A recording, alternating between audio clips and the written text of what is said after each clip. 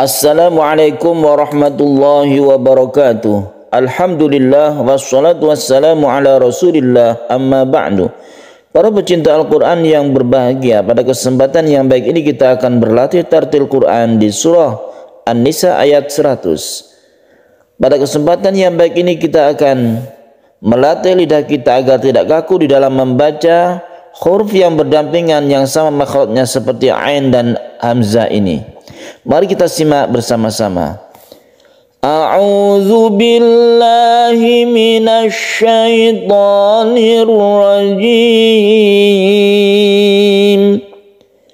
Bismillahirrahmanirrahim. Wa man yuhajir fi sabilillahi yajid fil ardi muragaman katsiran wa sa'ah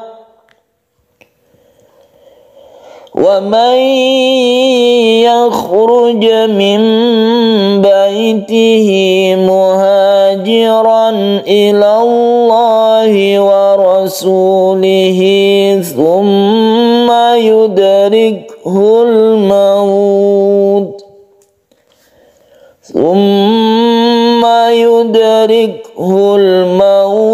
faqad waqa'a ajruhu 'ala Allah wa kana Allahu ghafurar rahima. Para pecinta Al-Quran yang berbahagia, marilah kita bahas tajwid yang ada di ayat ini. Wa may yuhajir, ada nun mati bertemu dengan ya, kita sebut dengan idgham bi gunnah. Idgham artinya masuk suara nun mati ini masuk ke huruf ya, sehingga timbullah tasydid di sini. Bi gunnah dengan dengung kita panjangkan ketika kita membaca wa may yuhajir. Hurufnya ada 4, ya, nun, mim, waw, disingkat yanmu. Wa may yuhajir, hanya ini mat tabi'i, kemudian jirnya ini adalah ra tarqiq atau ra tipis. Kenapa dibaca tipis? Karena sebelumnya ada kasrah. Cara membaca tipis untuk ra itu adalah bibir kita dikebawahkan. Yuhajir wa may yuhajir fi sabilillah. Fi sabilillah, fi ini mat tabi'i atau mat asli, sabi ini adalah mat tabi'i juga. Sabilillah adalah lafaz Allah, lafzul jalalah yang dibaca tarqiq atau tipis karena sebelumnya itu ada kasrah. Sabilillahi yajid fil ard. Yajid fil ard, ada dal yang bersukun, dal mati yang tidak diwakafkan, maka ini dibaca qalqalah sughra.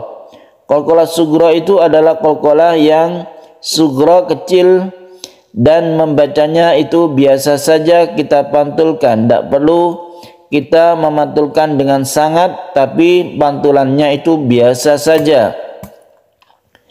Fi sabilillahi yajid fil ardi muragaman katsiran wa sa'ah. Fil ardi ada al bertemu dengan hamzah, kita sebut dengan izhar qamariyah. Kemudian ra yang sukun sebelumnya ada fathah, ini ra tebal atau tafkhim, maka membaca ra-nya ini kita tebalkan. Fil ardi muragaman katsiran wa sa'ah. Muragaman katsiran, tanwin bertemu dengan kaf, ini kita sebut dengan ikhfa hakiki. Jumlah hurufnya itu ada 15. Ikhfa artinya samar, maka kita suaranya itu disamarkan. Suara tanwin di sini kita samarkan. Kalau huruf kaf ini cenderung ke huruf eng menyamarkannya. Muragaman katsiran wa sa'ah. Akan tetapi tidak semuanya huruf ikhfa itu menjadi eng. Yang cenderung ke eng cuma kaf dan qaf. Yang lainnya sesuai dengan hurufnya. Tanwin bertemu dengan waw dibaca idgham bi gunnah. Tanwinnya masuk ke waw sehingga timbul tasydid di sini, kita tekan ke wawnya sambil berdengung. Katsiran wa sa'ah wa man yuhajir fi sabilillahi yajid fil ardi muraghaman katsiran wa sa'ah. Wa man yakhruj, nun mati bertemu dengan ya, kita sebut dengan idgham bi gunnah juga. Kita panjangkan, bi gunnah artinya dengan dengung.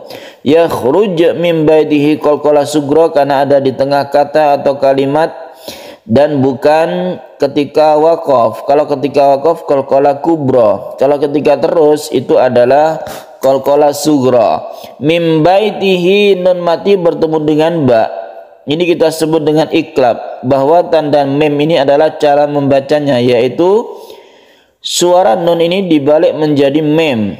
Suara nun ini menjadi mem mati, nun mati menjadi mem mati, sehingga membacanya mim, mim, membacanya itu menjadi m. Ini bukan tanda wakaf. Ada tanda wakaf tersendiri yang mem kecil itu disebut wakaf lazim. Jadi ini kita teruskan, ini bukan tanda wakaf tapi tanda baca untuk iklab. Mim, dan iklab itu dipanjangkan sedikit atau didengungkan. Mim baitihi muhajira. Hak dhamir di sini kita baca panjang satu alif, kita sebut dengan mad silah qasirah. Panjangnya karena dia itu diapit oleh dua huruf hidup, ada ta, ada mim yang harokatnya itu hidup. Muhajiran ilallah, ada tanwin bertemu dengan hamzah, ini kita sebut hamzah meskipun tulisannya itu alif, tapi karena dia itu berharokat maka kita sebut hamzah. Oleh karena itu tanwin bertemu dengan hamzah ini disebut idhar halqi, karena hamzah itu makhrajnya ada di tenggorokan, maka disebut halqi. Halqi artinya tenggorokan. Ilallah, ada lafaz Allah yang sebelumnya ada fathah, maka kita sebut dengan lafdzul jalalah yang dibaca tafkhim atau mufakhom atau mufakhamah. Itu sama saja istilahnya, yang penting kita tebalkan. Wa rasulihi tsumma, ada hak dhamir juga. Dhamir artinya kata ganti yang diapit oleh dua huruf hidup maka dibaca panjang. Kalau di Al-Quran Indonesia ini dibaca kasrah yang berdiri, tapi kalau Al-Quran terbitan Madinah itu diberi ya kecil, itu menunjukkan bahwa dia itu panjang, satu alif. Tsumma yudrikhul maut. Tadi kita tidak kuat membacanya dari sini, kemudian kita berhenti di sebelum fa, jadi sampai yudrikhul maut. Ini ada guna musyaddadah mim yang bertasydid, kemudian ada qalqalah sugra di sukun dal, kemudian kita baca diwakafkan di maut sini itu dibaca panjang. Dia itu mad alid li sukun, dia itu sebenarnya mad lain, tapi karena wakaf dia menjadi mad alid li sukun cara membacanya. Yudrikhul maut, panjangkan tidak apa-apa ketika kita wakaf, tapi ketika wasol itu biasa saja, dibaca lemas saja, lunak itu mad lain. Yudrikhul mautu faqad waqa'a ajruhu 'ala Allah. Nah, di sini ada dua huruf yang berdampingan yang perlu kita latih, yaitu huruf ain dan huruf hamzah. A dan A, dan ini pendek semuanya. Oleh karena itu peralihan dari huruf ini harus jelas. Waqa'a ajruhu, setelah A kita baca A, itu tantangannya. Faqad waqa'a ajruhu, jangan sampai A yang kedua ini dibaca ain ataupun A yang pertama ini menjadi hamzah. Ini harus kita bedakan. Faqad waqa'a ajruhu 'ala Allah. faqad waqa'a ajruhu 'ala Allah.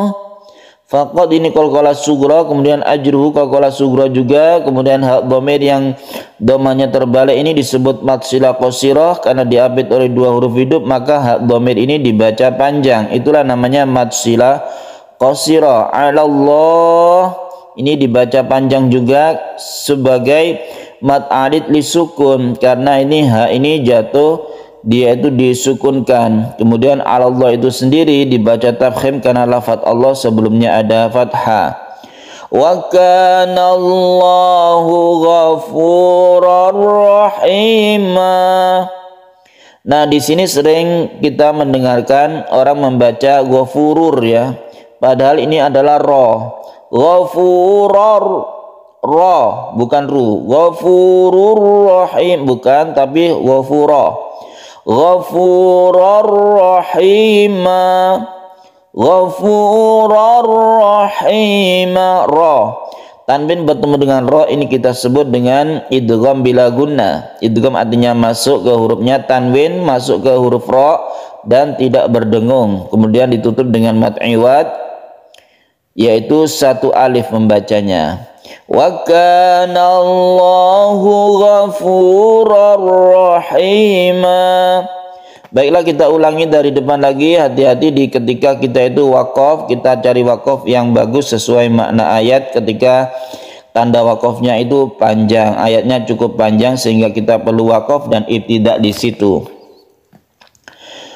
Wa man yuhajir fi sabilillahi yajid fil ardi muragaman katsiran wa sa'ah.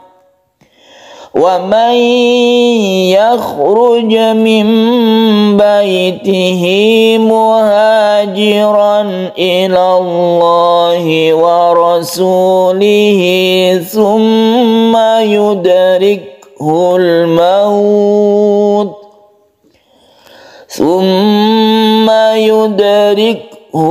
maut faqad waqa'a ajruhu 'ala Allah. Wa kana Allahu ghafurur rahima. Shadaqallahul azim. Para pecinta Al-Quran yang berbahagia, demikian latihan pada kesempatan yang baik ini, semoga bermanfaat. Wassalamualaikum warahmatullahi wabarakatuh.